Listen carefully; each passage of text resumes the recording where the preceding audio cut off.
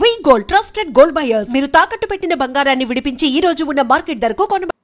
They have అంటే ఫిలిప్పీన్స్తో problem ఉంది వాళ్ళకి, వియత్నాంతో ప్రాబ్లం ఉంది వాళ్ళకి, అక్కడ వరకు ఎందుకు ఇండోనేషియా మలేషియాతో కూడా కొన్ని ప్రాబ్లమ్స్ ఉన్నాయి, మంగోలియాతో ప్రాబ్లం ఉంది, రష్యాతో కూడా అప్పుడప్పుడు కొన్ని ప్రాబ్లమ్స్ ఉన్నాయి, తర్వాత సౌత్ కొరియాతో ప్రాబ్లం ఉంది, జపాన్తో ప్రాబ్లం ఉంది. ఎవరికి? చైనా యొక్క ఆర్మీకి, నేవీకి, ఎయిర్ ఫోర్స్కి, ముఖ్యంగా చైనీస్ నేవీ గురించి మాట్లాడినప్పుడు. సో ఈ విధంగా కయానికి కాలు దూవుతా అన్ని దేశాలతో వాటికి శత్రుత్వం ఉంది చైనాకి. కానీ వాళ్ళు దేని మీద పరిపూర్ణమైన విజయం సాధించలేకపోయారు. So it shows that they have man power, they have so much of army, navy, air force, but their strategic or skill set or attitude towards serving the Chinese government, as we talked before, ఇది ప్రశ్నార్థకంగానే ఉంది. అంటే ఇంకొకటి చెప్పాలి యాక్చువల్గా హర్షిని గారు, China తయారు చేసిన ఆయుధ సామాగ్రిని కూడా కొన్న దేశాలు మళ్ళీ ఆర్డర్లు ఇవ్వట్లా చైనాకి. ఎందుకంటే నాసిరకం ఆయుధాలు, వెరీ చీప్. జనరల్గా చైనీస్ ప్రొడక్ట్స్ అనగానే మనకి మార్కెట్లో ఏంటి, చీప్ అండ్ బెస్ట్ అంటారు, చీప్ అండ్ వర్స్ట్ అనే విధంగా ఒకరోజు పనిచేసిన ఫోన్ ఇంకో రోజు పనిచేయదు. మీరు చైనా ఫోన్లు చూడండి, చైనా ఫోన్లు ఎన్నాళ్ళు పనిచేస్తున్నాయండి, క్వాలిటీ ఉండదు. చైనీస్ టాయ్స్ కానీ, చైనీస్ ఫోన్స్ కానీ, చైనీస్ ప్రొడక్ట్స్ కానీ దే మే బి చీప్, అంటే తక్కువ ధరకు దొరుకుతాయి, కానీ నాణ్యత ఉండదు, క్వాలిటీ ఉండదు. అదే చైనా యొక్క ఆర్మీ తయారు చేసిన యుద్ధ పరికరాల మీద, let's say the weapons, the arms and ammunitions that have been produced by the Chinese army are not doing good. Nobody is trying to buy, so there is some kind of aversion in the last 5 to 6 years. So 2015 నుంచి మీరు అడిగారు, last 5 to 6 yearsలో China యొక్క ఎగుమతులు to other countries in terms of arms and ammunitions coming down. తద్వారా మనకేం అర్థమవుతుంది అంటే China యొక్క ఆర్మీ తయారు చేసిన, లేకపోతే చైనీస్ మ్యానుఫ్యాక్చరింగ్ యూనిట్స్ తయారు చేసిన ఆర్మ్స్ అండ్ ఎమ్యునేషన్స్కి అంతర్జాతీయ ఆయుధ మార్కెట్లో విలువ తగ్గుతూ వస్తున్నది, ఎందుకంటే క్వాలిటీ ప్రాబ్లం ఉంది. ఓకే, సో ఆర్మీ విషయం అయితే మనకి ఇప్పుడు దాకా అర్థమైంది, బలగం ఉన్నా అందులో పవర్ లేనట్టు మనకు అనిపిస్తుంది. కమింగ్ టు యుద్ధ విమానాలు, ఫైటర్ జెట్స్, J-15 లాంటి యుద్ధ విమానాలు ఉన్నా దాన్ని ఆపరేట్ చేయగలిగే స్కిల్డ్ పైలట్స్ లేరు అన్నది కూడా ఒకటి. అంటే ఇప్పుడు ఎట్లంటే ఆర్మీ కావాల్సినంత ఉంది, యుద్ధ విమానాలు లేవా అంటే అవి కూడా ఉన్నాయి, దాన్ని ఆపరేట్ చేసేది కూడా లేదు, దాని వైపు కూడా వాళ్ళు ఏదో చేస్తున్నారు అన్నది కూడా. నేను మీకు ఇందాక కూడా చెప్పాను బిగినింగ్ లోనే, ప్రేక్షకులకు ఇంకోసారి చెప్తున్నాను, it is not the army that wins the war, it is the strategy, it is the knowledge, it is the skill, then only you can go for the kill. You should have knowledge, you should have skill, you should have will, more than anything else. ఈ రెండు కలిసినప్పుడే you can go for the kill. What do I mean by that? అంటే అత్యాధునికమైన ఆయుధాలు ఉండటం ఒక ఎత్తు, fighter jets కానీ, air craft carriers కానీ, tanks కానీ, you name 100 weapons with 100 numbers, with billions of dollars, it doesn't matter unless and until you know how to put that particular equipment to use. So training capacity building, capabilities building and capacity building, there are two things, capacity building and capabilities building. ఈ రెండు Chinese ఆర్మీకి ఈ మధ్యకాలంలో తగ్గుతున్నది అని lot of research is telling. So I agree with you, తప్పనిసరిగా skilled man power is a big challenge that is actually plaguing the PLA, People's Liberation Army. అలాగే అందులో women pilots ని కూడా స్కిల్స్ నేర్పించి చేర్చాలన్నది కూడా నడుస్తుంది కదా సార్ డిస్కషన్. యువతని బలవంతంగా చైనీస్ ఆర్మీలోకి తీసుకోవాలి, నేవీలోకి, ఎయిర్ ఫోర్స్లోకి అనేది కూడా చైనా యొక్క communist Party of China, CPC యొక్క ఒక అభిమతంగా ఉన్నది. కానీ దానికి వ్యతిరేకంగా కూడా చైనాలో కొంత అన్రెస్ట్ ఉన్నమాట వాస్తవం. So we have to wait and see how it's going to turn out to be in the near future. అంటే సుముఖంగా లేరు యువత చైనాలో కూడా. కాకపోతే మరి చైనా యొక్క డిక్టోటేరియల్ పాలసీ కానీ మరి బలవంతంగా అణిచివేత అనేది వాళ్ళ యొక్క one of the instruments of state policy కాబట్టి తప్పనిసరిగా యువత జాయిన్ అవుతున్నారు. అంతేగాని మనస్ఫూర్తిగా దేశం కోసం జాయిన్ అవ్వాలనేది చైనాలో యూత్ జాయిన్ అవ్వట్ల. సార్ లదాఖ్ వారప్పుడు కూడా చైనా మన ఆర్మీని చూసి భయపడిందని కొంతవరకు మీడియాలో కూడా వచ్చింది సార్. అదే జరిగిన సంఘటనలు చూస్తే కొంతవరకు అలాగే కూడా అనిపించింది. యాజ్ యూ సెడ్, మనకున్నంత విల్ పవర్ అసలు లేదంటారా వాళ్ళకి?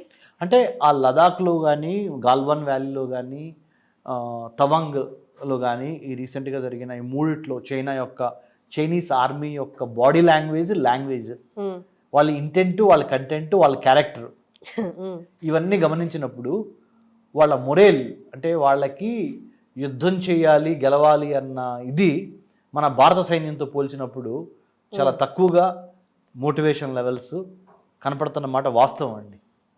అంటే నేను ఒక భారతీయుడిగా కావాలని మన భారతదేశాన్ని వెనుకేసుకొస్తా చెప్పట్లా. ఒక రాజనీతి శాస్త్రము అంటే పొలిటికల్ సైన్స్, ఇంటర్నేషనల్ రిలేషన్స్ అంతర్జాతీయ సంబంధాలు సంబంధించి క్షుణ్ణంగా అభ్యసించి దాని మీదే పరిశోధన చేస్తున్న ఒక రీసెర్చ్ స్కాలర్గా మాట్లాడుతున్నాను. Chinese army navy or like their air force, their morale is not up to the mark when compared to the kind of sophisticated weapons that they have, because they don't have that spirit of working for the country, because they have been forced to join. దేశాలతో శత్రుత్వం అన్న దగ్గర నుండి China ఇప్పుడు ప్రపంచానికే శత్రువు అన్న దారిలో అయితే నడుస్తుంది సార్. మీరు యాజ్ యూ సెడ్, ఆ స్పై ఆపరేషన్స్ కానీ, B and road and belt and road అది చూసుకున్న ఇనిషియేటివ్, ఇవన్నీ చూస్తే ఆల్మోస్ట్ అన్ని నిజాయితీగా స్ట్రైట్ ఫార్వర్డ్ గా వెళ్ళేవి కాదు, అన్ని స్పై కైండ్ ఆఫ్ ఉన్నాయి కదా సార్. అంటే ఇట్లా ఈ ధోరణిలో వెళ్తే దేశాలతో శత్రుత్వం పక్కన పెడితే ప్రపంచానికి ఒక శత్రువు అయ్యేలా ఉంది కదా సార్. మిగతా దేశాలన్నీ ఏకమైతే చైనా పరిస్థితి ఏమంటారు అప్పుడు? అదే ఇప్పుడు రైట్ నౌ కోవిడ్ తర్వాత కూడా హర్షిని గారు, COVID-19 మనం చూసాము. కొన్ని లక్షల మంది ప్రాణాలు ఒక ఇన్విజిబుల్ వైరస్ని పంపించి జరిగింది. అది చైనాలో వుహాన్ ఇన్స్టిట్యూట్ ఆఫ్ వైరాలజీలో ఒక ల్యాబ్లో ఒక మ్యాన్మేడ్ వైరస్గా క్రియేట్ అయ్యి బయటకు వచ్చింది, ల్యాబ్ లీక్ థియరీ లాగా.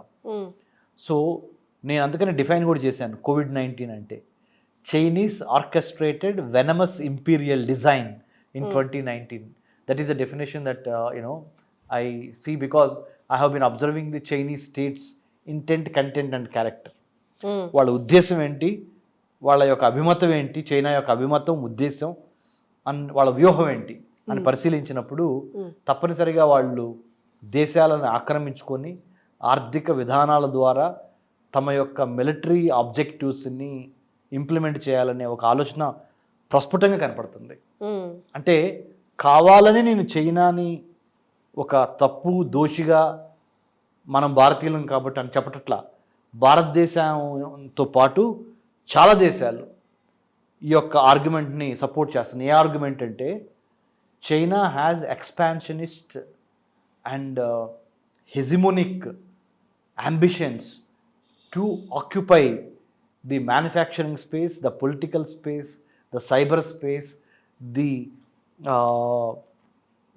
intellectual space of the world. So it is quite clear and evident in how the state has been behaving in the Committee of International Relations అన్నప్పుడు చూసినప్పుడు మనము తప్పనిసరిగా చైనా యొక్క దురుద్దేశము, దురాక్రమణ ఈ వాళ్ళకి ప్రస్ఫుటంగా మనకు కనపడుతున్నాయి.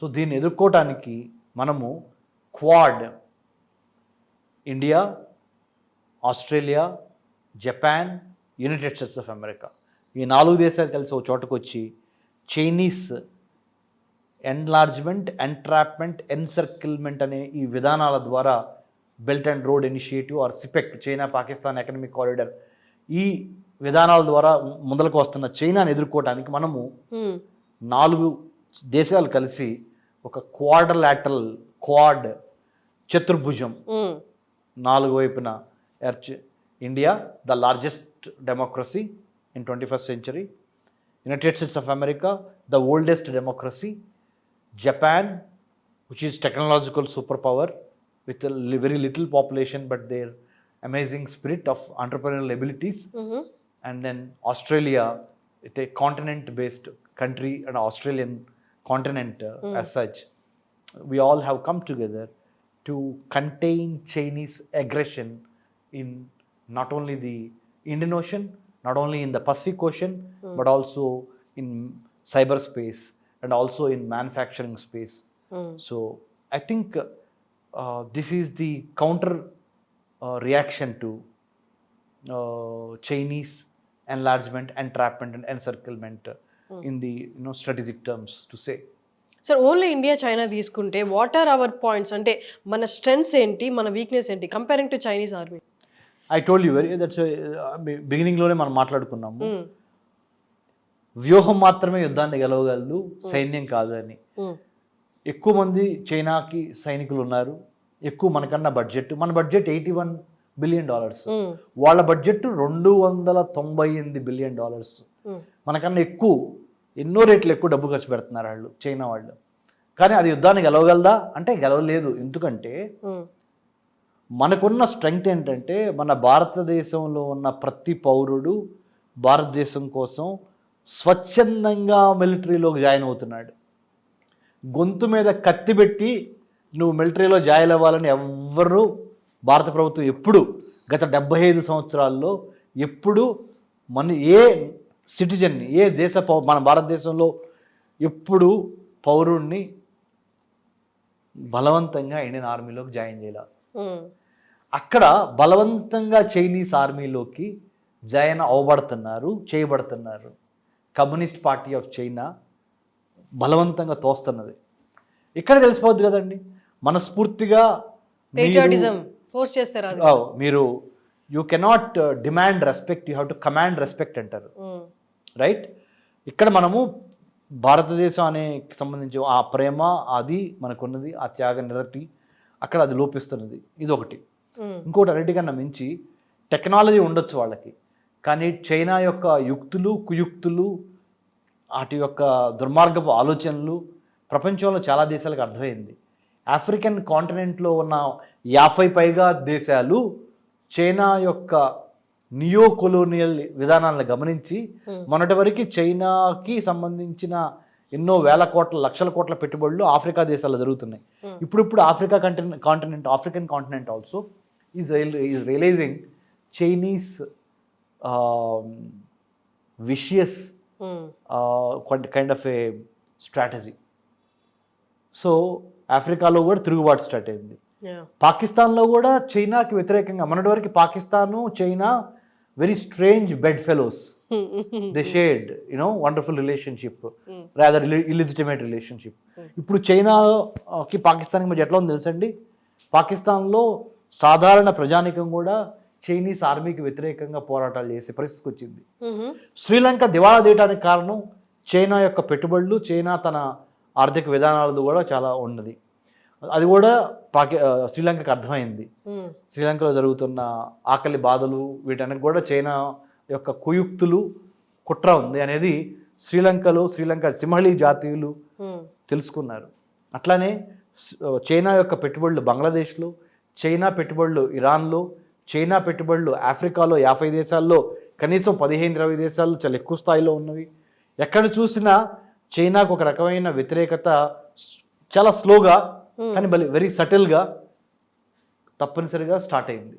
అది మేము గమనిస్తున్నాం. తైవాన్ చైనా జయించగలదా సార్? చైనాకి తైవాన్కి జరుగుతున్న గొడవ, చైనా ఏముంటుందంటే వన్ కంట్రీ, తైవాన్ నాదే, తైవాన్ వేరే దేశం కాదు, తైవాన్కి సార్వభౌమాధికారం లేదు అని అంటది.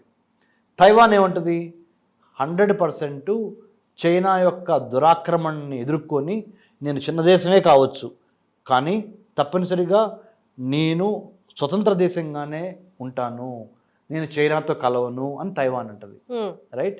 ఈ రెండింటికి మధ్య జరిగే దానికి అమెరికా కూడా తైవాన్కి మద్దతు ఇస్తుంది. అమెరికాతో పాటు చాలా కంట్రీస్ కూడా తైవాన్కి మద్దతు ఇస్తున్నాయి. బట్ చైనాకి స్నేహితులైన నార్త్ కొరియా లాంటి దేశాలు వాళ్ళు మటుకి చైనాకి మద్దతు ఇస్తున్నారు తైవాన్ విషయంలో. సో ఇండియా మనము we are actually supporting Chinese the Taiwanese independent nationalistic feelings. So we are on the side of Taiwan. Okay. So ఇది ఎందుకంటే మీరు ప్రేమతో గెలుచుకోండి కావాలంటే,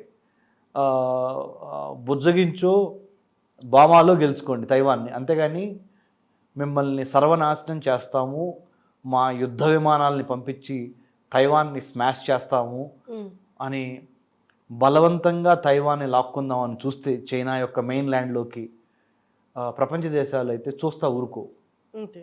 so that is about China Taiwan issue. Sir, Ukraine Russia war నుండి మనం నేర్చుకోవాల్సిందంటే ఏమని చెప్తారు sir? Very important question Harshini గారు మీరు అడిగింది.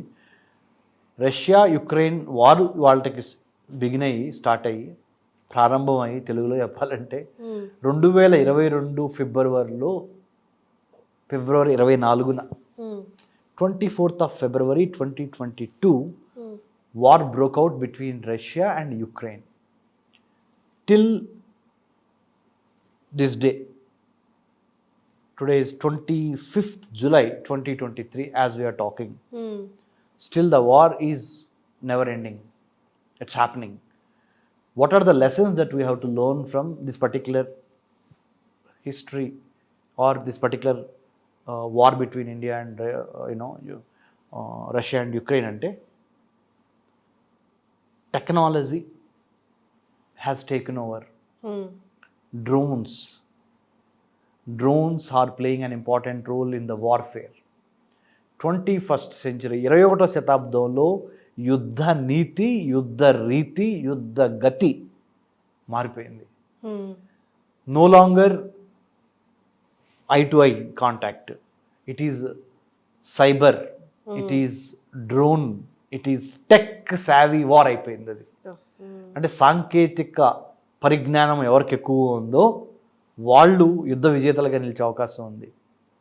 అదొకటి మనం గమనించాలి, నెంబర్ 1. కాబట్టి therefore we should spend more time and energy on tech related issues to add arsenal to our Indian Army, Navy, Air Force or military, whatever you say. Number 1. Number 2, యుద్ధానికి సంబంధించి 21వ శతాబ్దంలో విజేతలు ఎవరు ఉండరు. ఎందుకు ఉండరు అంటే రెండు వైపులా నష్టమే, ఆస్తి నష్టం, జన నష్టం, ప్రాణ నష్టం, అన్ని నష్టాలే. సో యుద్ధం ఎవరికి మేలు చేకూర్చదు ఎక్సెప్ట్ మిలిటరీ ఇండస్ట్రియల్ కాంప్లెక్స్, ఆయుధాలు అమ్ముకునే వ్యాపారస్తులకు తప్పితే, రైట్? సో దాన్ని ఎలా అరికట్టాలని కూడా ఆలోచించాలి. 2. 3, అన్నిటికన్నా ముఖ్యమైనది, మానవ భద్రతకు విఘాతం కలిగిస్తుంది యుద్ధం. మనం గమనించాలి, వర్తకం, వాణిజ్యం, వ్యాపారంతో పాటుగా ఆహార కొరత, మంచినీటి కొరత, న్యూక్లియర్గా మారితే యుద్ధం అంటే అణ్వాయుధాలతో మారితే వినాశనం తప్పదు. కాబట్టి so by any count we have to make everything possible in our efforts to contain or control or constrict the war. Exactly, sir. So otherwise it's going to pay a lot of vinasanam in Telugu, penalty. So we have to be careful about that. These are the lessons. And also most importantly, we have to be having the plan. Anything can happen anytime. So the preparedness should be on our, like we have to be on our toes. Plan, prepare, perspire and inspire. And also knowledge and skill. You should have a very good attitude. And then you should have the will, you should have the skill, then only you can go for the kill. So all these things, what I am telling is, I'm trying to draw an important point in this context is, you got to be ever ready to protect your land borders. You got to be ever ready to protect your cyber space. You got to be ever ready to protect your maritime space. you got to be ever ready to protect your political space, you got to be ever ready to protect your manufacturing space. So not only men in uniform but also సాధారణ జనత, సాధారణ ప్రజానికం కూడా భారతదేశం యొక్క మిత్ర దేశాలు ఎవరు, శత్రు దేశాలు ఎవరు, యుద్ధం వచ్చే అవకాశాలు ఎక్కడున్నవి, వాటిని ఎలా అరికట్టాలి అనే దాని మీద అవగాహనతో పాటు ఒక రకమైన ఆత్మ పరిశీలన కూడా చేసుకొని, ఇదివరకు మనం దెబ్బతిని ఉన్నాము, బ్రిటిష్ సామ్రాజ్యం కింద నలిగి ఉన్నాము, అంతకు ముందల చాలామంది ఇస్లామిక్ ఎలిమెంట్స్ ఫండమెంటల్స్ వచ్చి రూల్ చేశారు. అందులో కొంతమంది there are some good people, there are some bad people elements. Akbar was good, but people like Aurangzeb, even though he has done so much construction in terms of infrastructure building, but his policies were very maverick in nature. I'm just telling, Muhammad Ghazni, Muhammad Ghori, they have plundered Indian temples or Hindu temples, and butchered many people in the past. British also have taken many lives. British also have plundered India's economy, India's gold, India's diamonds, India's minerals. So గతంలో దెబ్బల దగ్గర ఉన్నాయి కాబట్టి మనకి ఈ రెండు ద్వారా అంతమంది Dutch, French, Portuguese, these many European powers, ఐరోపా ఖండం నుంచి వచ్చిన తెల్ల జాతీయులు భారతదేశాన్ని పిప్పి చేసి పీల్చి దోచుకున్నారు. కాబట్టి ఇప్పటికైనా భారతదేశంలో ప్రతి యువకుడు, యువతి లేదా ప్రతి మనిషి, ప్రతి నాగరికుడు, భారతదేశ పౌరురాలు అనుకుందాం, we got to be ever ready, ever vigilant to protect Kashmir to Kanyakumari and also our maritime space, Hindu మహాసముద్రాన్ని కాపాడుకోవటం ద్వారా మన సైబర్ స్పేస్, అంతర్జాలాన్ని, పొలిటికల్ స్పేస్, మన రాజకీయాన్ని, రాజకీయ పార్టీలు అన్నీ కలిసికట్టుగా ఉండి అన్నిటికీ మించి మ్యానుఫ్యాక్చరింగ్ స్పేస్ని మనం ప్రొటెక్ట్ చేసుకోవాలి. అంటే ఉత్పత్తి కర్మాగారాలని, వ్యవసాయ రంగాన్ని, వీటన్నిటిని చూసుకుంటా మనం జాగ్రత్తతో ఉండి, we the people of India having solemnly resolved to constitute India into a sovereign, socialist, secular, democratic republic అనే ఒక స్పిరిట్తో పని చేస్తే మనల్ని ఎవడు రాపేది. సో అన్నట్టుగా అటువంటి యాటిట్యూడ్